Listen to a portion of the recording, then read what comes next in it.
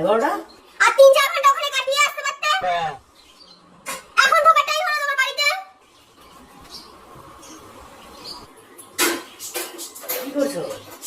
ভাত বাড়ছি। ভাত বাসতে হবে না। খেয়েছো তুমি?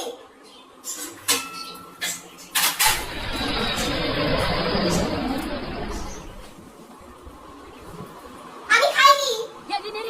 আর খাবো না। কাল খাবার ক্ষমতা নেই আমাকে খাওয়ানোর। আমার হাইও তুলছো। এখন তোমার ঘুমও পেয়ে গেল। এখন তুমি ঘুমাবে। আমি যে খাইনি তার কোনো পরোয়াই নেই। তুমি খেয়ে দিয়ে এসছো বাইরে থেকে। তোমার চাকরি করা লোক হয়ে গেছে না অনেকে? যাও না, তাদের কাছে চলে যাও। পটিতে গেলাম। কোথায় আছো তুমি?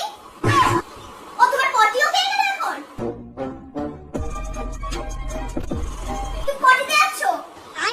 মানে আমি খাইনি তার কোনো দেখা দরকার নেই তোমার?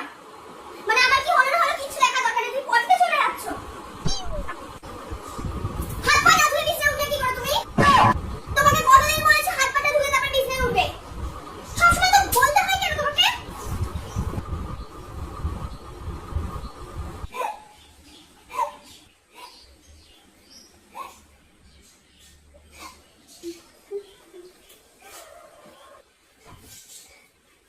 তোমাকে আমি কথা বলবো আজকে।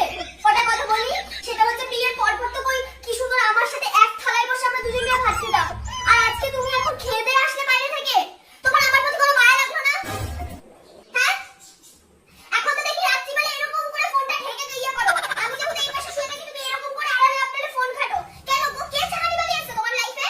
मरहम की कसम मरहम ना मिटा मरहम की जगह मर हम गए আমার কোনো দামই নেই তোমার কাছে।